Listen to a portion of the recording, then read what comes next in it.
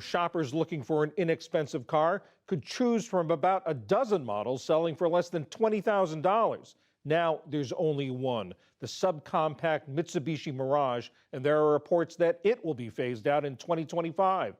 The average car price is now more than $48,000, and buyers are being further squeezed by rising interest rates. It's hitting younger generations particularly hard. Last year, those aged 18 to 39, Generation Z and Millennials, had more than $20 billion in auto loans, more than 90 days overdue. Total outstanding auto loans are nearly $1.6 trillion. Earlier, I spoke with Tom Krischer, who covers the auto industry for the Associated Press. I asked if the era of inexpensive cars is over. There will be some inexpensive SUVs, but the cars are cheaper, and those are gradually, they're falling out of favor with buyers, number one, and plus the auto companies don't make nearly as much money on them as they do more expensive SUVs. So the auto companies have gotten out, or a lot of the auto companies have gotten out of the small car business, and it just doesn't have the profit margins. So I think you're correct that we're probably not going to have any, or at least very few, inexpensive cars for a long time. And not only there are very few inexpensive cars, it seems like at the top end it's grown. It's not just that cars now cost $40,000 or $50,000, but there are a number of models that are more than $100,000. Yeah, there are 32, according to Cox Automotive, that are over $100,000, and just 5 years ago there were a dozen. Granted, these are though a small number because they're mostly high-end European luxury models. Of those two things you mentioned at the top, customer demand being lower for small cars, and also the automakers chasing the profit margin, which of those factors is bigger, do you think? It's a good question. I would think it's the shift to SUVs. Americans, since about 2012, have just started wanting to sit higher in vehicles, and they like the utility, being able to see sitting higher up in an SUV. That kind of started the downfall of cars. The auto companies saw the trend coming, so they started to get out of it because the sales were dropping. It used to be the mid-size car was the number one selling non-pickup truck in America. Now the Toyota RAV4 small SUV is the number one selling non-truck in the country. When you go to car dealerships or talk to car shoppers, what do they say about this? There are people who are disappointed. It's tough to afford something, even $20,000. If you put the standard down payment down at 7%. That was PBS, and they're just telling us that cars are going to be more expensive because, the people who make the cars for us, well, guess what? We want big cars. We walked away from small cars, and so cars got more expensive. Supply demand. Whatever we wanted, the dealers gave to us. According to Cox Automobile, the average car payment for a used car in the United States is $592 per month. The average car payment for a new car is $729.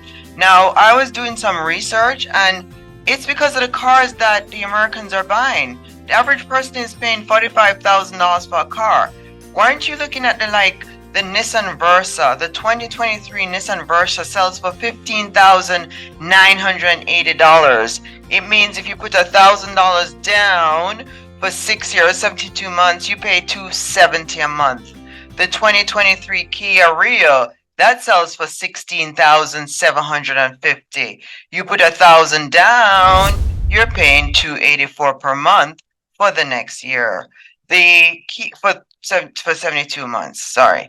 The Kia Forte, that's selling for $19,600. You put $1,000 down, that's $336 per month. So you can bring the car payment down, people. You choose to have an expensive car. There's nothing wrong with a Nissan. There's nothing wrong with a Kia. It's fine. Young generation, they're between 18 to 39. You can get a car for $15,000.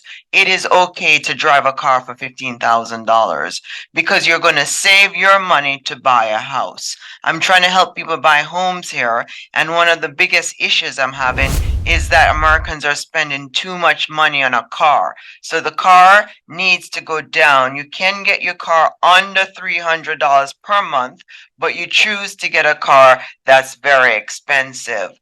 Now, of course, if money is not a problem to you, here are the 5 top cars that you should look at.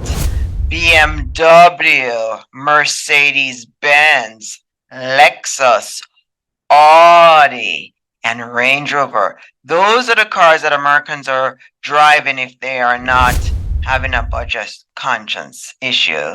So thank you for watching. Remember to subscribe. Once we hit 100,000 subscriber, one of our lucky subscriber will be getting cash prize. And since this is a business channel, we'll be giving cash prize every month once we hit the 100,000 subscribers. So go ahead and subscribe so you can learn more about money. Also check out the tag products today. They are from Sephora. They are gorgeous. They are lovely. They are spectacular. Now you can shop and watch your show at the same time. Talk about saving time. As you know, when you save time, you save money. So people are backed up on their car payments in the United States. So there's $1.6 trillion that's owed on car loans. And part of the reason is that we, the Americans, are buying more expensive cars. There is nothing wrong with buying a least expensive car, especially during inflation. In order for us to survive this inflation, we need to cut down the car payment. So my goal on the show is to bring the car payments from $729 and $592 to practicality, $270, $284. Young people, I gotta tell you something. We've never had a car payment. I'm 47 years old. We never went over $300 per month in our generation for car payments. So we're shocked that you're doing $592 and $729 per month. So I'm bringing you back to realistic goals. You can get cars under $300 per month. Nothing wrong with a Nissan Versa. Nothing wrong with a Kia Rio. Nothing wrong with a Kia Forte. Nissan Versa 2023, $15,980, $1,000 down, $270 per month for 6 years. 2023 Kia Rio, $16,750, $1,000 down, $284 for 72 months. 2023 Kia Forte, $19,600 as a cost, $1,000 down. Your payments are $336 per month for 72 months. So yes, you can have an affordable car in the United States. It's that we choose to drive the fancy ones. So there's no problem in buying a fancy car. We just need to get our house payment done, bring down the car loan so that we can pay off more bills. The difference between $592 and $263, it's a lots of savings. I'm Tisha Powell. Thank you so much for watching.